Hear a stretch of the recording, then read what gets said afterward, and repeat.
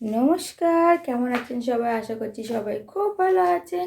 তো পূজাজ ব্লগের একটি নতুন ভিডিওতে আপনাদের সবাইকে অনেক স্বাগত। তো এখন বাজে হচ্ছে 8:15 আর আমি উঠেছি অনেকক্ষণ আগে। তো এখন 8:15 গেছে যে আমার ছেলেকে খাইয়েছি।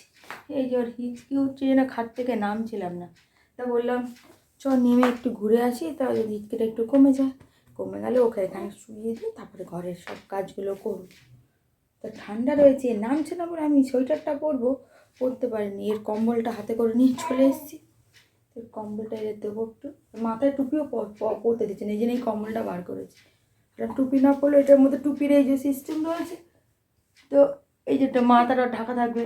তো ওকে একটু নিয়ে যাবো বৌদিদের ঘরের সামনে, তারপরে শুয়ে দেবো। একটু ঝিচকিটা কমলে শুয়ে দিলে একটু পরে ঘুমিয়ে যাবে। খাওয়া দাওয়া হয়ে গেছে, সব রেডি আমার ছানা।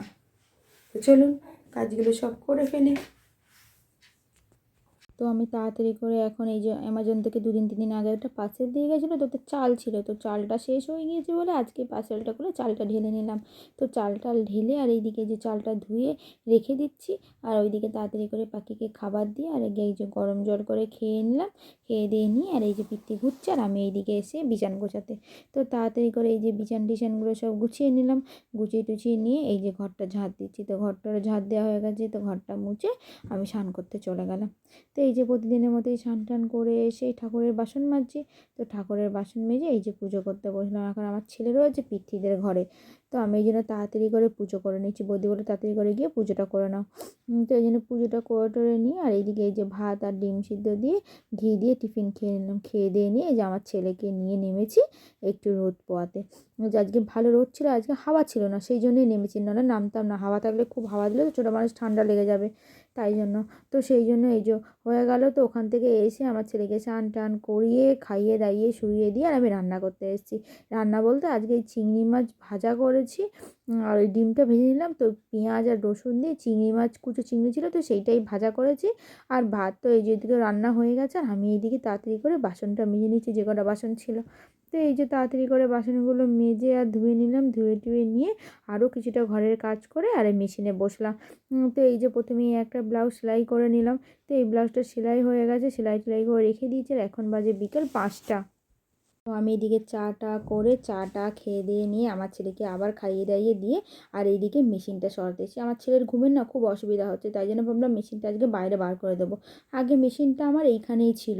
তো তখন প্রেগনেন্সি টাইমে খুব গরম হতো, তো তাই জন্য এসি ছাড়া কাজ করতে পারতাম না, সেই জন্য মেশিনটা তখন ঢুকিয়ে নিয়েছিলাম। তো তারপরে আবার মেশিনটা বার করে নিলাম। বার করে এই যে আমার ছেলেকে শুইয়ে রেখেছি, আমি ওই যে ব্লাউজটা করছিলাম মেশিনে, তো ওইটাই এখন পুরো করে নিলাম। তো এই ব্লাউজটা করতে করতে এবারে দেখলাম কি জল নেই, তো ফিল্টারটা ছেড়ে তো বোতলগুলো সব ভরে নিলাম। ভরে টরে নিয়ে আর এইদিকে চায়ের যে বাসনগুলো ছিল সেইগুলো সব মেজে টেজে নিলাম।